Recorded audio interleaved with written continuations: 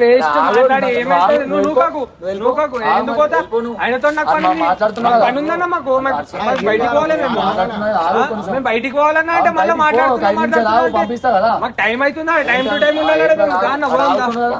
ఉండాలి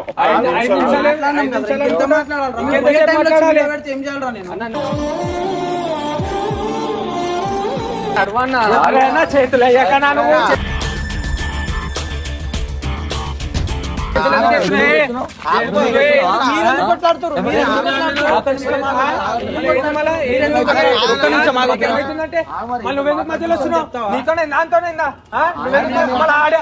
మాట్లాడుకుంటారు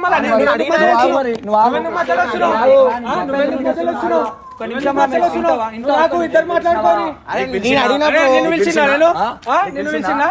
నువ్వు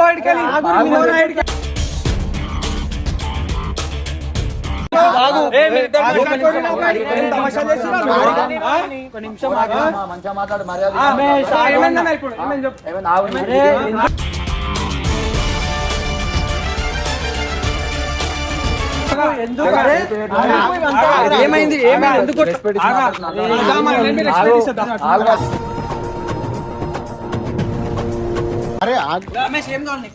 నైట్ మాట్లాడుతున్నా సారీ వద్దు లెసన్ నేర్చుకో చాలు దీనివల్ల ఇంకొకసారి తప్పు చేయకుండా నేర్చుకో ఇవి చిన్నతో అయిపోయింది పెద్దగా కొన్ని పెద్ద ఉంటాయి నేర్చుకో అంతే. హర్ష, గంగు మరియు ఇమ్రాన్ అన్న నిలదీయడంతో అనిల్ తో ఆ రాత్రి ఉన్న స్నేహితుడు లోకేష్ మొత్తానికి నిజం చెప్పడానికి సిద్ధమయ్యాడు. లోకేష్ తన తప్పును ఒప్పుకుంటూ ఇలా చెప్పాడు. ఆ రోజు రాత్రి నేను అనిల్ తో ఉన్న విషయం నిజమే, నేను ఒప్పుకుంటున్నాను. కానీ కొద్దిసేపటికే మా ఇంటి నుంచి అత్యవసర కాల్ రావడంతో నేను అక్కడి నుంచి వెళ్లిపోయాను. ఆ తర్వాత అనిల్ వాళ్ళు వేరే చోటికి వెళ్లారని మాత్రమే నాకు తెలిసింది. నేను ఎప్పుడో ఇంటికి చేరుకున్నాను. అనిల్ వెళ్లిన చోట ఏం జరిగిందో, అక్కడ జరిగిన గొడవకు సంబంధించిన వివరాలు నాకు తెలియవు అంటూ లోకేష్ వివరించాడు. లోకేష్ చెప్పిన సమాధానంతో హర్ష తీవ్ర కోపంతో ఊగిపోయాడు. ఈ విషయం నాకు ముందే ఎందుకు చెప్పలేదు అని లోకేష్ ను గట్టిగా ప్రశ్నించాడు. నేను నీ పక్కనే ఉంటూ ప్రతిరోజు అనిల్ కి యాక్సిడెంట్ జరిగిందా లేదా ఎవరైనా దాడి చేశారా అనే కోణంలో ఇన్వెస్టిగేషన్ చేస్తున్నాను కదా, అలాంటిది నువ్వు నా పక్కనే ఉండి కూడా ఆ రోజు రాత్రి అనిల్ తో ఉన్న విషయం చెప్పకుండా దాచిపెట్టడం ఎంతవరకు సమంజసం? నీది ఎంత పెద్ద తప్పు, ఇంత పెద్ద వాడివయ్యావు కదా, ఏది తప్పు ఏది ఒప్పో ఆ మాత్రం తెలియదా అంటూ హర్ష